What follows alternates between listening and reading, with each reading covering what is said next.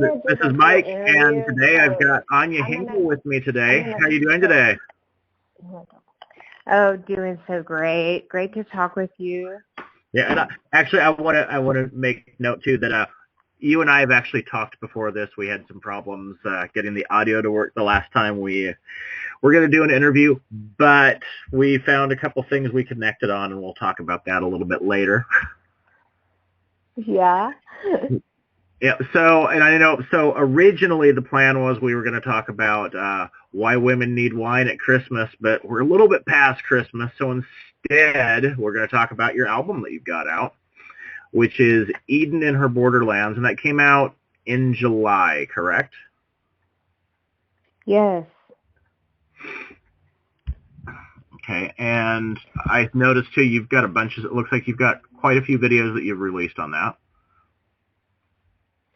Yeah, we had some time during COVID to make some videos, and some of them are studio videos, and others are kind of location videos. But my husband made all the videos, and Oh, did he? so we enjoyed trying to piece together our time and space to capture some images and to match with the meanings of the songs, and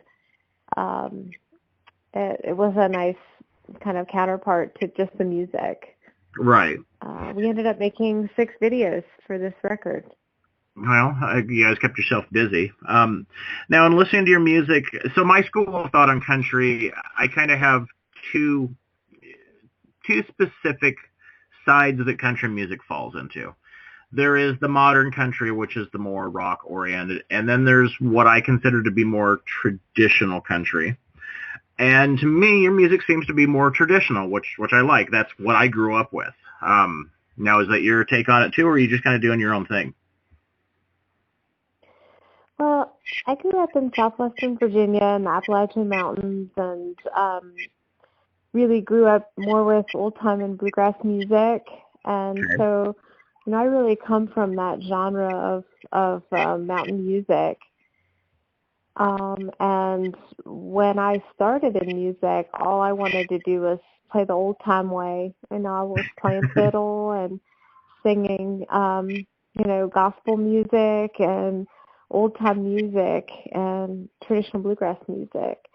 And I didn't know that I could write songs. I didn't know that people wrote songs. So it was something that I discovered after I started my first band. I thought, we need some songs to play. That's how I started in songwriting. And so I come from the mountain tradition, which, is the roots of country music. All of the country music that we are listening to these days is all rooted from, the mountain music traditions that were first recorded, out of Bristol, Tennessee, and other areas, right here in southwestern Virginia and in western North Carolina. Well, and when you mention the gospel music too, I think that's another big thing that connect with, especially the earlier country music, because you heard a lot. Johnny Cash, of course, had tons of albums they recorded that had more of a gospel connection. Same with Dolly Parton, and there's a number of artists. So I think that's also very true to the roots. But I grew up in the modern world and wasn't necessarily drawn only to mountain music. It was something that I kind of resonated with me later. But of course, I grew up listening to all the same radio music that everyone else grew up listening to, in addition to all the great folk music that came out of the 60s. So thinking back, like, where does all this come from? It's a bit of a combination of all of those things, but certainly the style of music that I put together has a lot to do with the mountain music traditions that kind of got me into performing and recording music. This album that I put out this summer is the first under my own name that I have put out almost, I guess I was counting them up, like 10 albums I've put out over the years with different bands and different collaborations. So it really felt good to finally put a record out under my own name and really start thinking about like what's my sound, Right. and have some time to reflect on that. What are my roots, and what is my sound going forward? And that's always something we're always taking a lot of time to figure out. Like, who are we, and what do we sound like, and what do we want to say? It takes a long time. I'm still figuring it out. I'm knee deep in it. Now, the other band that you had and the other projects you had, were they country music as well, or is this, a different approach for you? Well, bluegrass Americana, I'd say acoustic Americana music is sort of what we're calling bluegrass now. I think, it's interesting how much Oh Brother, Where Art Thou really influenced kind of a lot of the roots music that we are accustomed to listening to now. But if you think back 20, 25 years, that's when bluegrass really had, it regained popularity. It was really not big in the 80s. Yeah, you can hear a lot of it. And so it kind of had a resurgence there in the 90s, which was when I started getting really excited about learning to play my fiddle and picking up that fiddle and singing that music again. And since then, people have taken that music to some really interesting and new places, in the past 25 years. And I've kind of gone through that with wanting to just be very traditional with it, and then taking it to a place that feels a little more true to who I am as a person, and then also just to my times and where we are right now in this country with, wanting to honor our traditions, but wanting to do something kind of new and cool and relevant. So it's always a reckoning of those things. You mentioned people taking bluegrass into unique directions, and there's a band that reminded me of a band I've heard called Iron Horse that has done bluegrass covers of Metallica songs.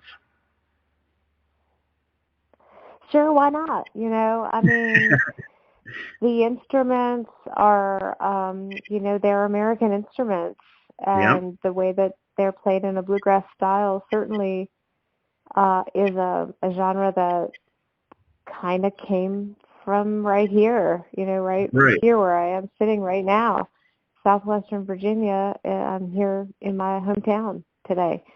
And why not use those sounds to capture something edgy and exciting that's completely unrelated? Why not? Yeah. Let's bring some things together. Now, when you and I chatted before, you told me that you got out of music for a little bit, but then there was something in particular that kind of drew you back. Do you want to talk about that a little bit?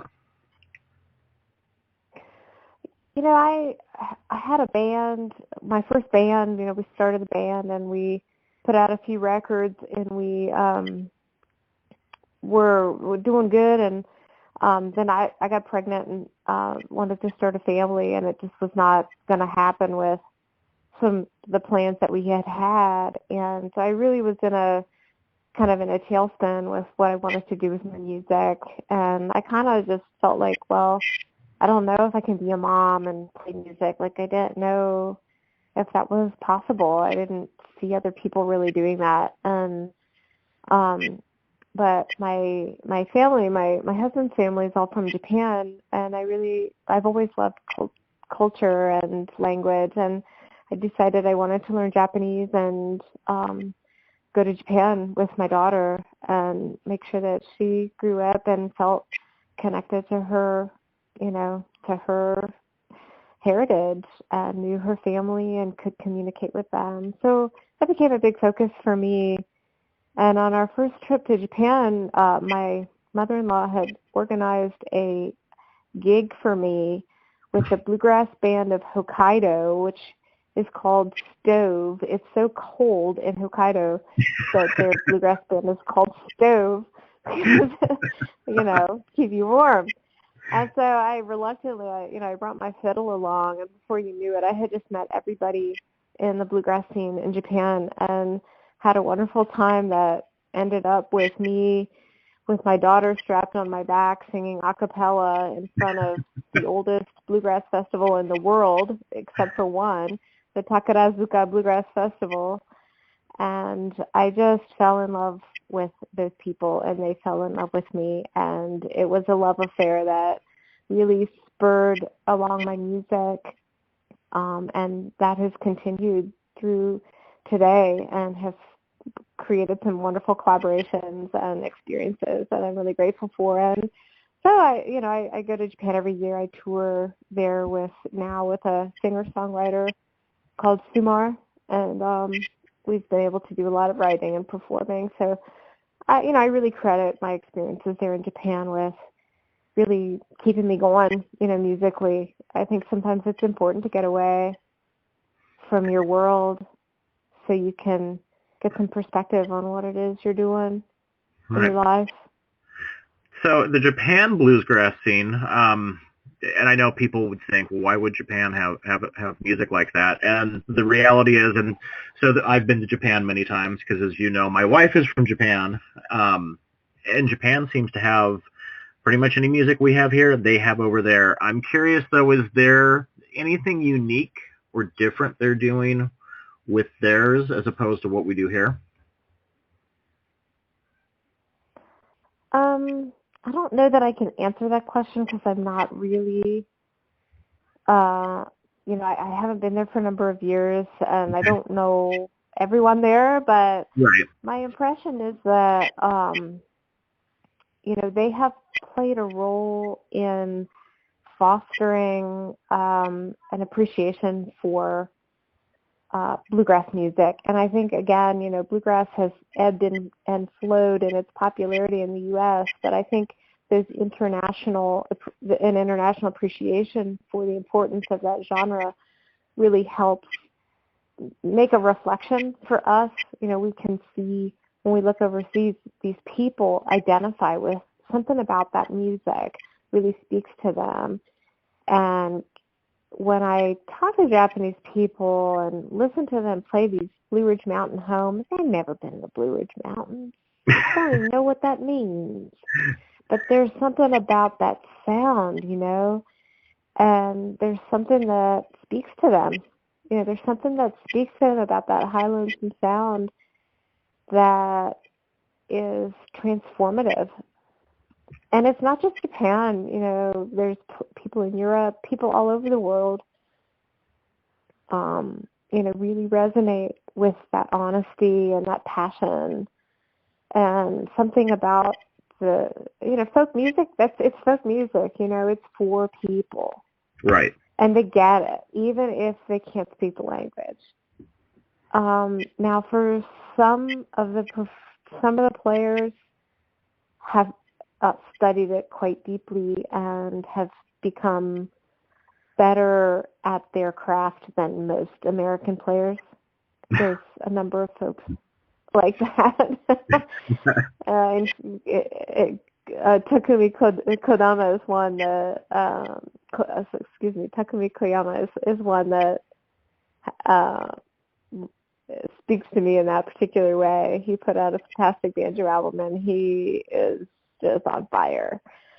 But, they're not from here. Their sound is different. And so they're excited to have an American come over and play and share with them, too. So it's a beautiful exchange in the end, and that's what folk music's for. Now, with your album being out, and I know you've got a full band, when COVID settles down and we can actually go freely about our lives again, do you have any plans on maybe taking yourself and the whole band over there and doing any type of touring? Touring is very difficult in Japan for larger groups. I don't know that it's an area that I'm dying to do that. Okay. But partly it's because I've made a connection with this singer-songwriter that we've been doing tours together and writing and performing in both English and Japanese. we play in some places that are so teeny tiny that there's only, 4 to 6 tatami mats there. You can't, you can't get very many people in those rooms, that people drink and they eat small plates, and it's quite a beautiful cultural experience, and it's everything happens in Japan on a very small scale. It does. So that's very true. Bringing anything big to Japan, it's very daunting. But other places, I mean, I've got a tour lined up in Europe this year. Okay. And I'm looking forward to that. We'll be in, if it comes through, Netherlands, Denmark, Sweden, and France. So we'll do that, and hopefully continue to work in Europe. And that's a little bit easier place to bring a larger group. It's easier to travel. It's easier to move people around and house people. Japan, it's just everything is so teeny tiny. Yeah, let's see on that one. But maybe one day. I guess one day I would love to do that. But for now, keeping things small. And I think that's something we learned from COVID. It's like, if you think too big, it's just too much. And we just have to think, what's something very small and doable we can do? Yeah, that's the way to go. And it may be the way to go just in general. Like, we tend to think too big. I do. Now, with your trips over to Japan, outside of the world of music, I know sometimes when you're a foreigner, there's interesting and unique things that happen. I know I've had several. Do you have any amusing stories from having been over there? Oh, gosh, probably. I mean, it's, gosh, I've been so many times, it's hard to, pinpoint one thing.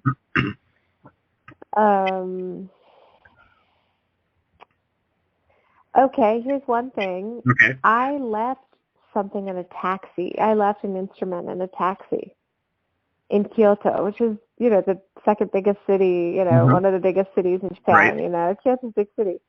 It was like leaving something in the taxi in Washington, D.C. or something, I mean, you're never going to find it, right? It turns out they have something called the Wasuremona Center. This is translated as the place for lost things. I find so poetic, it's like, but anyway, somehow we found this instrument in the Wasuremona Center. Nobody's going to take anything in Japan. Nobody's going to take your stuff. Right. That's why they're so paranoid. Everywhere you go, they say, please check around you. Don't leave anything. Be careful. Don't leave anything behind. Because they feel so obligated to get it back to you. It's like a big drag, and they, feel so guilty if they can't, but it's hard. It's hard when people leave stuff. They're like, oh, God, no, I got to get it back. We'll forget it. Well, they don't forget it. They get it back to you, and I got this instrument back from the Wasuremona Center, and it was so beautiful. Well, and that is, you don't have. Go ahead. Oh, I was going to say that is one thing, definitely with Japan, that, when I've been over, I think my first trip, I was, hanging onto my camera bag and everything, like everywhere, was really close to me. And my wife, I think we were on the train, she said, you can just put it on one of the overheads. It will be fine. No one is going to take it. And so, yeah, I've learned that if I have valuables, I can feel comfortable and, and confident that I can leave them up somewhere on a train or somewhere, or walk away for a couple minutes. And if I go back, it's still going to be there. It's so safe. I can leave from a gig and I take the last train. I'm always on the very, very last train home. And then you have to walk from your train to your home or wherever you're staying. Blocks, at 2 a.m, something like that. And to feel safe doing something like that, all your gig cash and your instrument and all that stuff, you don't even have to give it a second thought. And I just appreciate that so much. When I'm wandering home late at night in Japan, there's nothing to be afraid of. Yeah, no, that's totally true. So, since the year started, now it sounds like you got plans for hopefully touring Europe this year. The U.S. in the cards as well, or is that going to be something later on down the road? I think we're all really fatigued with booking and canceling. So, I don't mind booking, but I just want to try to keep things super doable. And so I think everybody's trying to streamline their efforts to be as nimble as possible. And just trying to keep the hope alive, as much as it's a challenge for us, it's a challenge for everybody. Like, I don't pretend that my woes are any worse than anyone else's. And we can find blessings in the streamlining of our efforts. I really think people need music more than ever.